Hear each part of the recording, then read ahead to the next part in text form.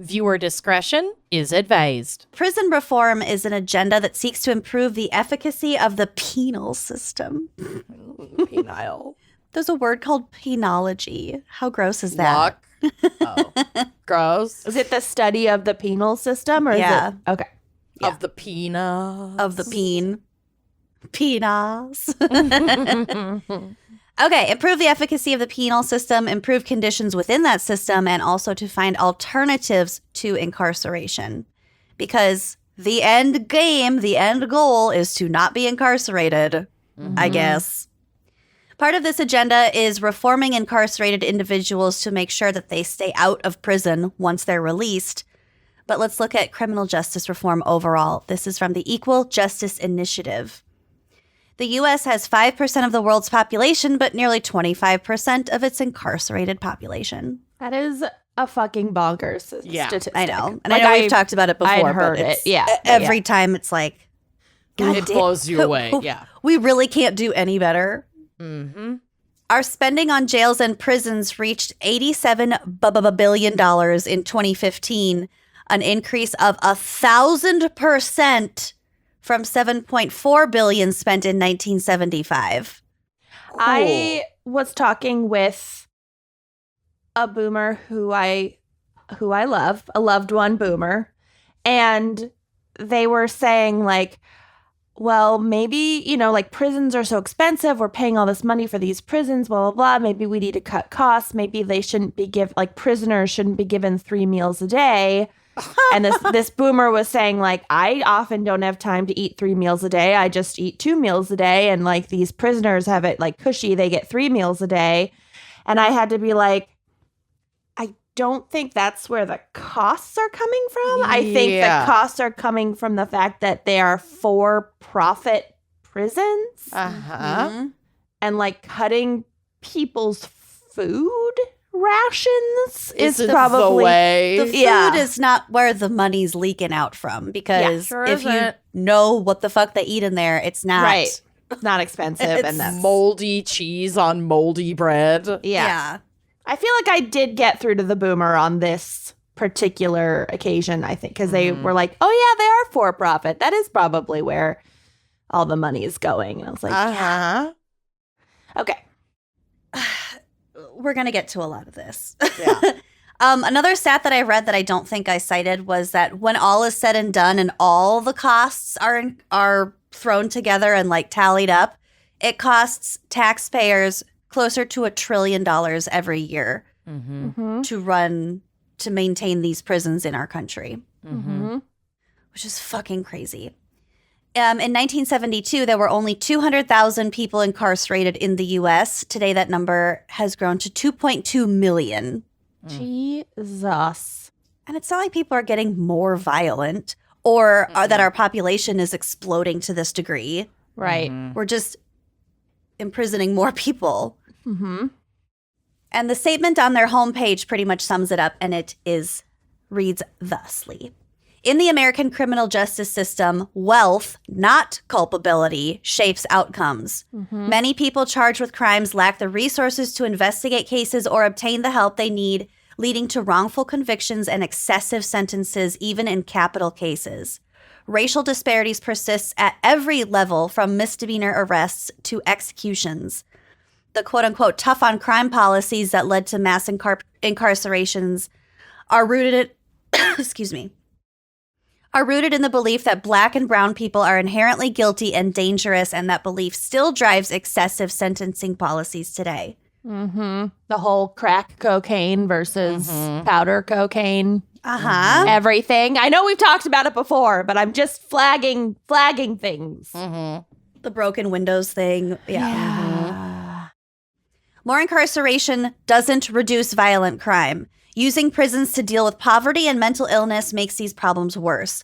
People leave overcrowded and violent jails and prisons more traumatized, mentally ill, and physically battered than when they went in. Today, nearly 10 million Americans, including millions of children, have an immediate family member in jail or prison. More than 4.5 million Americans can't vote because of a past conviction. Like, why is that Well, because the Republicans books? know exactly it's there on I purpose. know. Yeah. I shouldn't know it's be. by design, but like it's so fucked up. Yeah. And each year we lose $87 billion in GDP due to mass incarceration. The existence of our prison system and the perception of public safety is predicated on the idea that a person can change and turn from a criminal into a non-criminal. Although I don't even really think that it is anymore. Like,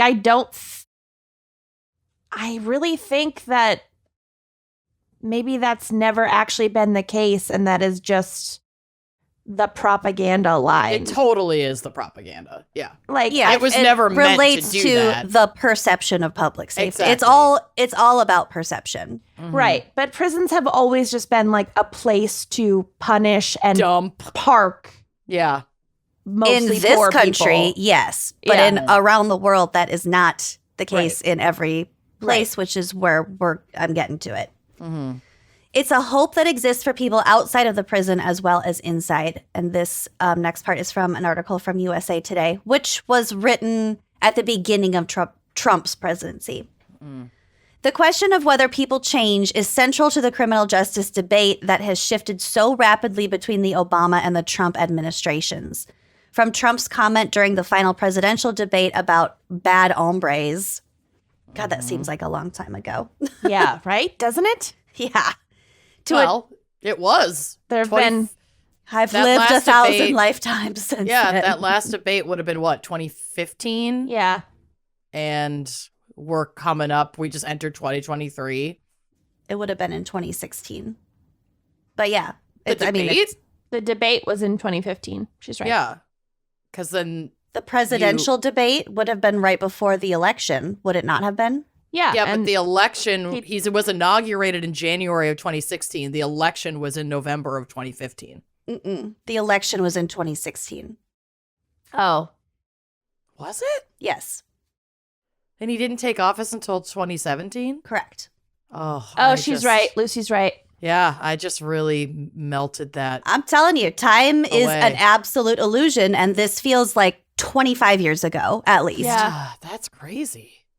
Ugh. So damn from it. that shit, whenever it was, to Attorney General Jeff Sessions' plans to prosecute and lock up even more than the 2.3 million we have in federal, state, and local custody right now. Well, they've been making good progress with like half of Trump's cabinet and inner circle. So yeah. they're doing numbers. Mm-hmm. This administration, meaning the Trump administration's message is clear. Criminal defendants don't commit bad acts. They are inherently bad actors who need to be incapacitated through incarceration. Trump has said this often in interviews and once when he fired someone on The Apprentice, quote, people don't change. Except that they actually do. Empirical research shows that people can and will change not only their behavior, but also their personality if targeted with the right intervention. Researchers at the University of Illinois performed a meta-analysis of 207 studies and concluded that people can change maladaptive base personality traits in as little as 6 months if they get the proper intervention. If their needs are met, then they don't have to do XYZ to survive. And obviously, this doesn't count. Like, this isn't true for everyone. No, These some people are literal psychopath serial killers with Right. like deep-seated compulsions who cannot be healed. This is A a, lot of, like- statistical analysis. Exactly. A lot of like abusers, the rates of actually reforming like domestic abusers are really, Who are mostly really cops. bad. Yeah. But So- some people can change, especially Absolutely. if the crimes were related to circumstances and poverty and lack of opportunity. And Right, which in the vast majority of crimes that like people are imprisoned or awaiting trial for are exactly that. It's like a lot of petty theft, drug-related charges, right. traffic stops, violations, things like that, where it's like a snake eating its own tail. Like you're going to keep getting pulled over for the broken tail light Right. if you don't have the fucking money to fix the tail light. And you'll have then less you get a money to ticket fix every the time. tail light because you're Mhm. paying your tickets. Yeah. And then It's you just can't a- make it to court because you don't want to drive your car with the Exactly. broken tail light. Yeah. All of the things. I kind of think of it as like similar to depression, where there's like you can have like situational depression, like say when you finish grad school and you have a ton of new debt, but you can't get a job. And no opportunities. And that's situational depression. And then it lifts when the situation is ameliorated. Or Right. you can have chronic depression, which can, be helped with medication and other things. Or sometimes it's severe depression and it can't really be helped with a lot of those things. Mm-hmm. It depends. Yeah. Next. Those crimes that you were talking about, like a busted taillight or a drug offense or a DUI or whatever, those actually have a pretty high recidivism rate, which is what you were saying, as compared to violent crime, which actually has a much lower recidivism rate. Mm-hmm. That said, I feel like sentences for violent crimes are usually a lot longer, so your opportunities for getting out and then reoffending and going back into prison are lower, just because you're more likely to be in prison longer. And the older you get, the less likely you are to reoffend in general, just across the board. That makes sense. So there's that. There's a lot of statistics and a lot of theories, but it is hard to compute and analyze this in a really holistic way. Right. Whether incarceration is the proper intervention for everyone is debatable. Criminal justice is the only sector which measures its successes by counting its failures, which is sort of what Amanda said earlier. Recidivism, which again is reoffending by someone who has been disciplined for breaking the law, is measured differently across jurisdictions. The National Institute of Justice reports that 76.6% of released prisoners are rearrested within 5 years, further supporting the idea that many caught in the system are incapable of change. But the flip side of the recidivism statistic confirms that 23.4% of ex-offenders reformed themselves. Mm-hmm.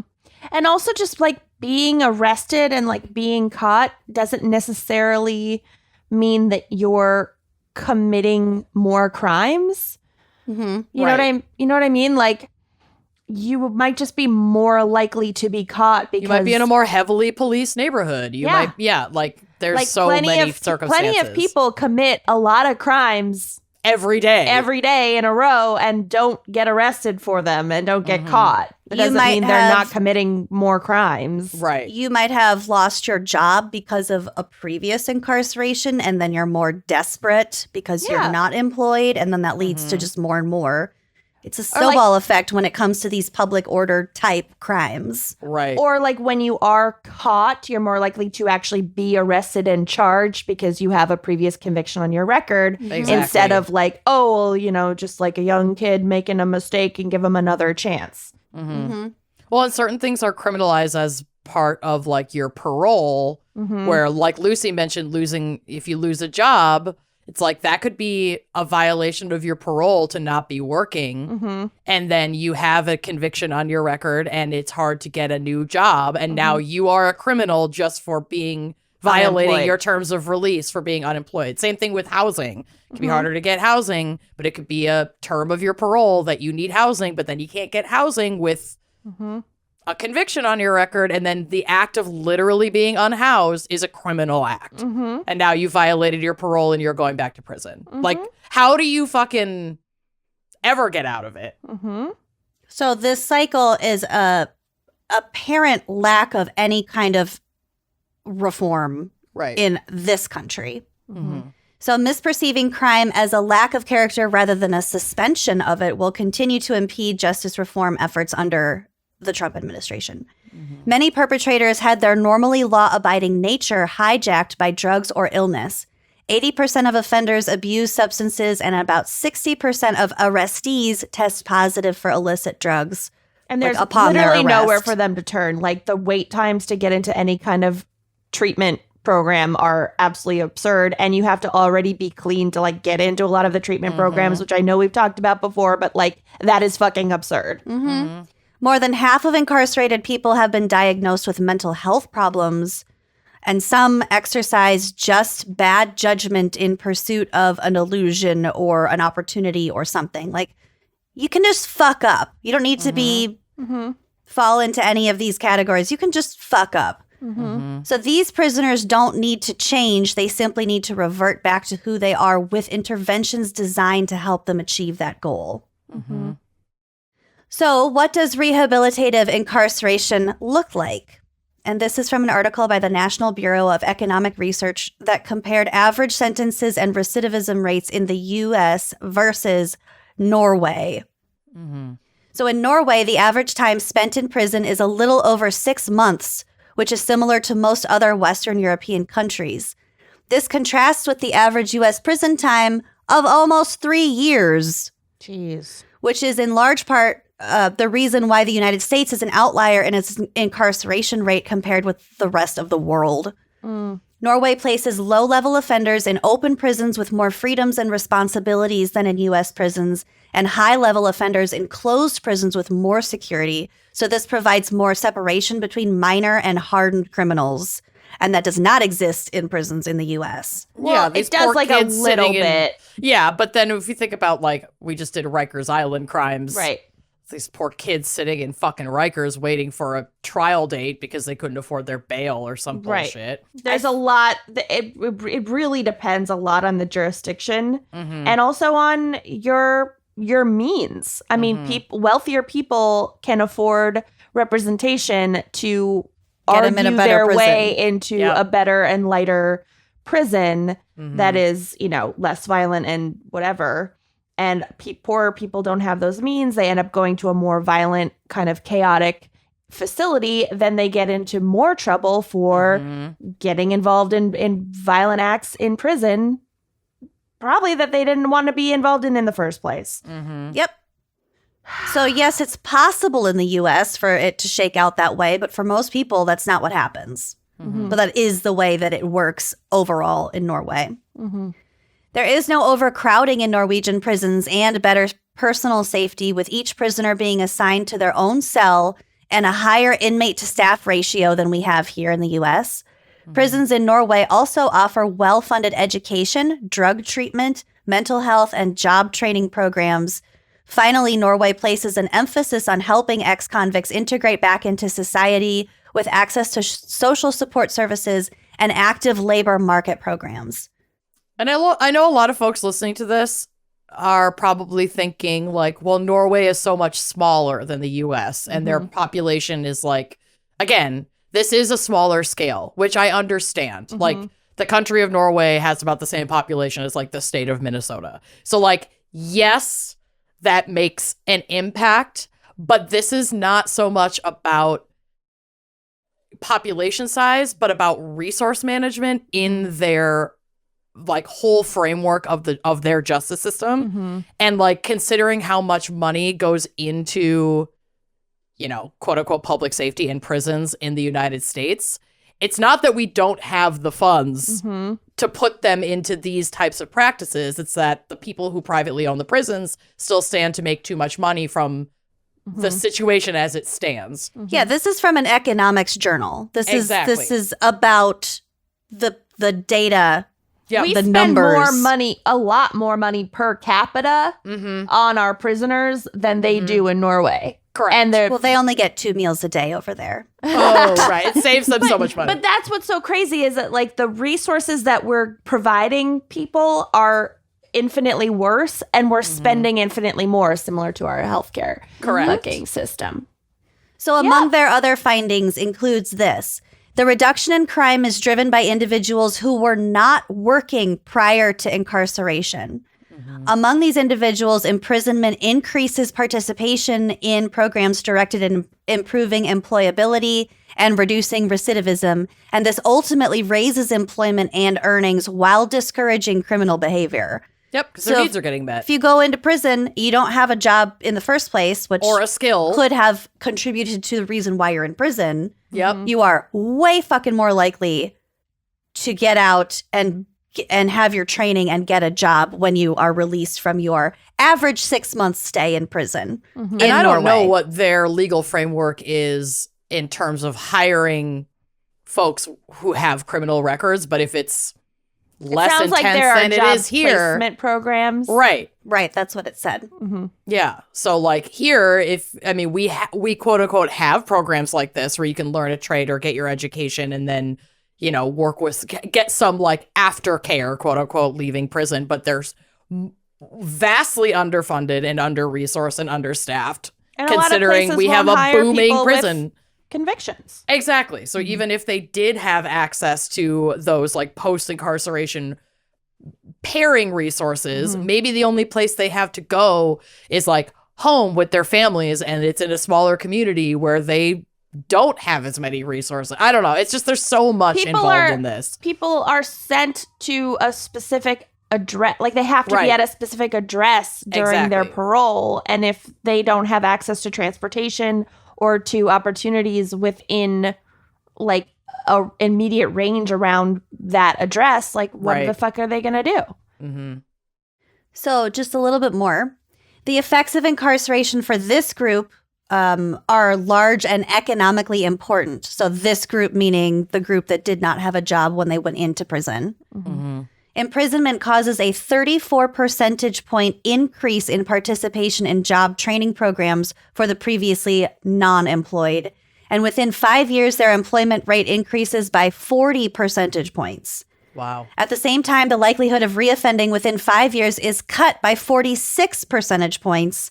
And there is a decline of 22 in the average number of criminal charges.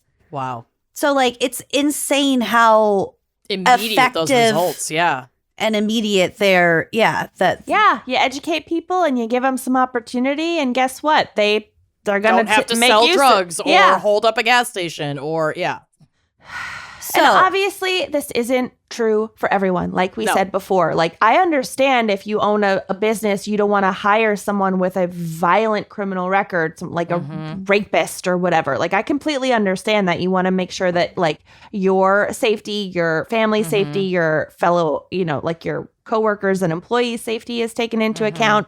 But we're not talking about those people. We're talking about nonviolent offenders or crimes that the vast have been majority deemed, violent or penalized as if they were violent, but really, when you look at the facts, don't actually constitute a violent crime. Well, and at least from my experience working in like restaurants, a lot of the time we will hire folks with a criminal record, but like even if you're given that information, you don't necessarily have like the details on the nuances of their record. And so you just have to make, like, employers are also not provided with information to make a nuanced and educated decision on who to hire. And so we may be saying no to folks who deserve those opportunities because we have no clue. Yeah, it's just, you just check a box and then nobody's going to look once that box is ticked. And so imagine being required to tick that box because you were 15 and selling drugs to survive. And then that's on your record for fucking ever. When somebody else who had power over you was committing a more violent crime. Yeah. Okay. Yep. I have one more paragraph, and this relates to a bunch of shit you guys were just talking about. Great. It should be noted that Norway's prison system is expensive. However, prison reform is more affordable than it may initially appear in the United States and could even save money if prison sentences were shortened, which they fucking should be. Well, I sure hope you liked that clip. If you did like that clip, make sure you are subscribing to our YouTube channel, leaving us a nice review, and joining us on Patreon for even more video content, audio content, salacious content all around. Come join us. Treat yourself.